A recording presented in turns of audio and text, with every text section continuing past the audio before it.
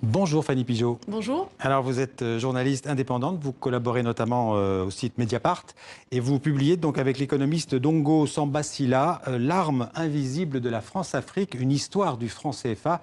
C'est aux éditions La Découverte. Alors avant de voir pourquoi le franc CFA serait une arme pour la France-Afrique et pour la France en Afrique, d'abord un mot sur l'origine de cette monnaie qui s'appelait au départ, il faut le rappeler, le franc des colonies françaises d'Afrique et qui est aujourd'hui encore utilisé par 14 pays africains. On va voir la carte avec les pays qui utilisent encore aujourd'hui le franc CFA. Donc c'est très impressionnant. C'est toute cette partie de l'Ouest et de l'Afrique centrale. Quand a été créé le franc CFA et pour quelles raisons, Fanny Pigeot? Alors, il a été créé en 1945, au sortir de la Seconde Guerre mondiale, et il a été créé par la France, qui avait à l'époque donc ses colonies africaines, dont qu'elle avait toujours en charge, on va dire. Et l'objectif pour la France, pour la métropole, donc, c'était en fait de faciliter le drainage des ressources de ces territoires conquis vers la métropole, et en même temps d'assurer un contrôle économique de ces colonies. Ouais. Alors, la France a établi 4 grands principes.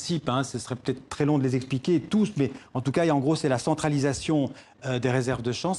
Des réserves de change, c'est très important. La parité fixe entre le franc CFA et le franc français à l'époque et aujourd'hui avec l'euro. Voilà. Le franc CFA aussi qui est convertible en francs français et puis en euros. Et puis la libre circulation des capitaux entre les pays de la zone CFA et la France. Peut-être le plus important, c'est la centralisation des réserves de change. Ce qui veut dire que tous les pays africains qui appartiennent à cette zone CFA doivent déposer, au départ c'était la totalité de leurs réserves de change, je crois, en France, au Trésor public. Aujourd'hui c'est 50%. C'est 50% aujourd'hui, effectivement. Oui. Et vous considérez que ça c'est une sorte d'héritage, on pourrait dire, de la colonisation ? De toute façon, l'ensemble du système n'a pas vraiment changé, parce que nous, on l'a appelé système CFA dans le livre. Ce système a très peu évolué. Il a toujours la même finalité, c'est-à-dire de permettre à la France d'avoir des sources d'approvisionnement fiables en matières premières à bon marché et qu'elle peut payer avec sa monnaie, ce qui est très important. Donc, ce qui a changé, c'est on a africanisé un peu les banques centrales qui étaient au départ à Paris. On les a déplacées à Yaoundé pour l'une, puisqu'il y a 2 banques centrales, l'autre à Dakar. Le personnel a été africanisé, mais les principes restent exactement les mêmes qu'en 1945. Ce qui fait que, voilà, effectivement... Parce qu'il y a un franc CFA de l'Afrique de l'Ouest et un franc CFA de l'Afrique centrale. Voilà, il y a eu et puis il y a le franc comorien aussi qui est associé, mais qui n'est pas tout à fait pareil. Qui n'a pas la même parité avec l'euro, effectivement. Pour vous, Fanny Pigeot, le franc CFA n'a que des inconvénients pour les pays de la zone CFA? Alors, quand on fait le bilan, on se rend compte qu'effectivement, il y a beaucoup d'inconvénients. L'aspect positif que... Quels sont les inconvénients majeurs, d'abord? Les inconvénients majeurs, bon, il y en a plusieurs. Je vais en citer quelques-uns seulement. On peut parler de cette parité fixe, donc c'est-à-dire que cette valeur du franc CFA par rapport à l'euro qui ne change jamais. Et ça, c'est déterminé par la France.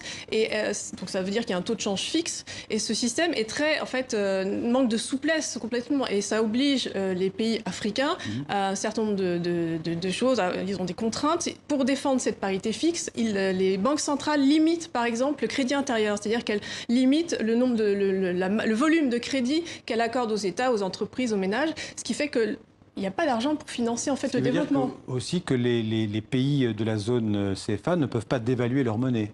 Ah non, ça, ce n'est pas eux qui décident. Voilà, les grandes décisions comme celle-ci se décident à Paris, toujours. Alors je disais que les pays de la zone doivent déposer 50% de leurs réserves au Trésor français. Est-ce qu'on a une idée de ce que ça représente pour l'ensemble des 14 pays?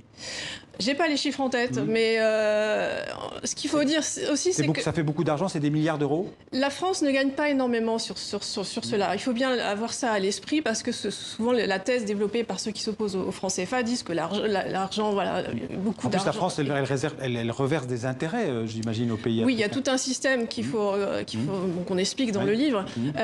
Mais derrière tout ça, le principal inconvénient, c'est l'absence de souveraineté monétaire de tous ces pays africains. C'est la France, que je disais, qui décide encore, qui prend les grandes décisions concernant ce franc CFA. Et à partir de là, a plus encore de marge pour contrôler, parce qu'à partir de la monnaie, on ne contrôle pas seulement la monnaie, on contrôle aussi l'économie et puis la politique.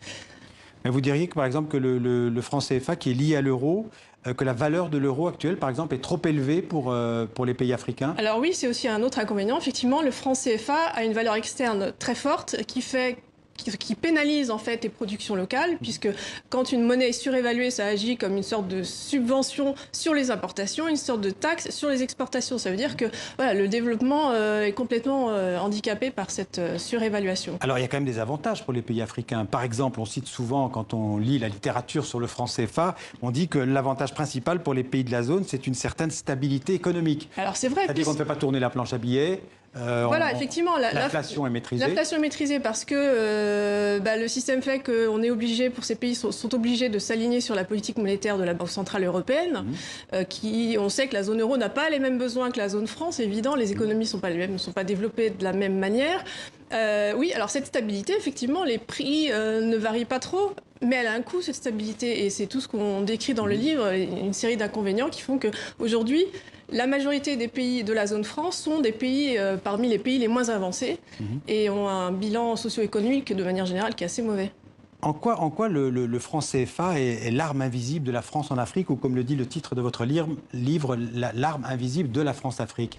Parce que, alors effectivement, on voit les billets de francs CFA qui s'échangent au jour le jour. Chacun dans les pays de la zone franc utilise ses billets. Mais tout ça repose sur donc, ce système dont j'ai donné quelques éléments, qui s'appuie sur des principes, sur aussi le fameux compte d'opération. On explique un peu de quoi il s'agit dans le livre. Le but du jeu, c'est vraiment de rendre tout ça accessible avec ce livre. Et tout ça, en fait, maintient donc ce contrôle, disons, néocolonial de la France sur ses colonies. Enfin, sur ses ex-colonies, vous voyez, je fais un lapsus très révélateur. Et ce contrôle, je disais tout à l'heure, il n'est pas seulement économique, il est politique aussi. C'est un outil qui permet d'exercer des pressions, voire de la répression. Dans les années 60, il y a un certain nombre de chefs d'État africains qui en ont subi... qui ont essayé de sortir du franc CFA. Voilà, il y en a qui sont arrivés, par exemple, la Guinée-Conakry. Oui, sauf qu'il y a eu des représailles terribles et que les services secrets français ont déversé de la fausse monnaie guinéenne, puisque la Guinée avait créé sa monnaie, et ça a fait s'écrouler complètement l'économie guinéenne. Oui, il faut rappeler que parmi les anciennes colonies françaises, il n'y a que 3 pays en fait, qui sont hors du système CFA, c'est la Mauritanie, voilà, Madagascar et la Guinée-Conakry. Et la Guinée, pour l'Afrique subsaharienne, effectivement. Alors, vous dites la France-Afrique. Pour vous, ça existe encore, la France-Afrique? Parce qu'on dit partout que la France-Afrique n'existe plus. Oui, c'est ce que déclare chaque nouveau président français qui entre en fonction, sauf que si chaque... Le système de la France-Afrique, ça existe encore? Effectivement, oui. Et encore une fois, ce franc CFA, c'est l'armature, c'est le socle de tout ce système qui permet de contrôler l'économie, la politique. Alors, admettons que les pays de la zone CFA abandonnent le franc CFA. Quelle monnaie on met à la place? Chaque pays a sa propre monnaie? Il y a plusieurs solutions qui existent. En ce moment, la communauté économique des États d'Afrique de l'Ouest, donc la CEDEAO, travaille sur un projet de monnaie commune. Et là, donc, qui regrouperait la zone franc d'Afrique de l'Ouest plus d'autres pays comme le Nigeria, etc. Alors, il y a un certain nombre de problèmes aussi qui se posent. Mais voilà, dans le livre, on donne quelques pistes qui ont été explorées dès la fin des années 50 par certains économistes. Je pense à Samir Amin, qui est décédé récemment, mais il y a aussi des présidents qui, à l'époque, imaginaient des monnaies nationales qui pourraient être reliées entre elles, par une unité de compte commune, par des réserves de change qui seraient mises en commun aussi. Il y a beaucoup de possibilités qui existent. Au Sénégal, en ce moment, il y a un certain nombre de gens qui disent que la France doit quitter le système, c'est-à-dire doit quitter les conseils d'administration des banques centrales, parce qu'elle est encore très présente. Voilà, c'est la France, c'est le Frexit, comme ils disent. Mais voilà, il y a toute une panoplie de possibilités. Vous pensez que les 14 pays de la zone sont prêts, d'un point de vue économique, à se passer de cette monnaie ? Alors d'abord, il faut avoir un courage politique que tous les présidents, visiblement, n'ont pas. Parce qu'on sait très bien qu'en privé, ils sont très critiques vis-à-vis de cette monnaie, mais publiquement, ils ne peuvent pas le dire. Justement, que veulent les dirigeants de la zone? Ils aimeraient se sortir de ce carcan, parce que c'est un carcan pour eux, parce qu'il y a toujours la France derrière qui tient les rênes de ce... Imaginons que le franc CFA disparaisse. On imagine que la monnaie qui remplacera le franc CFA aura beaucoup moins de valeur, a priori. Il y aura une sorte de dévaluation. Déjà, il est surévalué, le franc CFA, donc effectivement. Mais bon, encore une fois, il y a plusieurs possibilités qui existent. On a vu des pays comme Madagascar, à qui on prédisait le pire, qui a sa monnaie, qui la gère plus ou moins bien. Il y a des aléas, effectivement, qui interviennent forcément. Mais est-ce que les pays africains, d'autres pays africains comme le Ghana, le Mozambique ou l'Angola, que vous citez dans le livre, qui ne sont évidemment pas reliés au franc CFA, enfin n'ont pas le franc CFA, se portent mieux d'un point de vue économique? Ils ne se portent pas plus mal, en tout cas. Et ils gèrent leur monnaie, plus ou moins, parce qu'il y a toujours le FMI aussi qui est au-dessus. Mais ils ont une marge de manœuvre bien plus large. Qu'est-ce que le président Macron, le président français actuel, pense du franc CFA? Est-ce qu'il est prêt à laisser les pays africains décider de leur retrait éventuel du franc CFA? Alors, il a eu un discours très ambigu. Au départ, il disait qu'il était prêt à tout changement. Et ensuite, il a expliqué que il est toujours ouvert au changement, mais qu'il faut que ce soit les présidents, les dirigeants des États d'Afrique qui fassent des propositions. Et il précise bien ensemble. Et on sait bien que tous les chefs d'État ne peuvent pas se mettre d'accord parce que certains sont plus proches des autorités françaises que d'autres. Voilà, c'est très compliqué. Donc, c'est très, très ambigu. Mais on sait que le Trésor français qui gère tout ça n'a aucune envie de voir la zone franc lui échapper. Alors on va voir quelques images de manifestations, notamment au Burkina Faso. Ce sont des manifestations, il y en a eu d'autres, mais celle-là date de novembre 2017, où la population locale en fait réclame le retrait du franc CFA. Donc pour vous, ça veut dire que que l'abandon du franc CFA, c'est devenu un enjeu politique dans certains pays de la zone? Ah oui, très clairement. On sent, voilà, il y a un certain nombre de citoyens africains qui se rendent compte qu'il y a un problème à la fois économique et politique. Et puis, il y a aussi une question démographique qui va se poser et qui se pose déjà, c'est que la France est beaucoup moins peuplée aujourd'hui que cette zone franc, ce qui n'était pas le cas au départ à la création du franc CFA, et que de plus en plus, l'écart démographique va se creuser et ça se traduira aussi par l'économie. La France n'aura plus vraiment de légitimité, elle l'a déjà plus, mais encore moins de légitimité à gérer tout ça. Ouais. Si la zone franc abandonne le franc CFA, c'est à quel horizon, vous pensez? Ce sera pour dans combien de temps? Vraiment, là, je ne saurais pas dire, mais le projet de monnaie commune de la CEDEAO, c'est pour 2020. Ça semble assez peu réalisable pour l'instant, mais voilà, il va se passer des choses, forcément. Dernière information peut-être un peu anecdotique, mais il faut rappeler que les billets de CFA sont fabriqués en France. Voilà, et les pièces de monnaie sont aussi façonnées en France.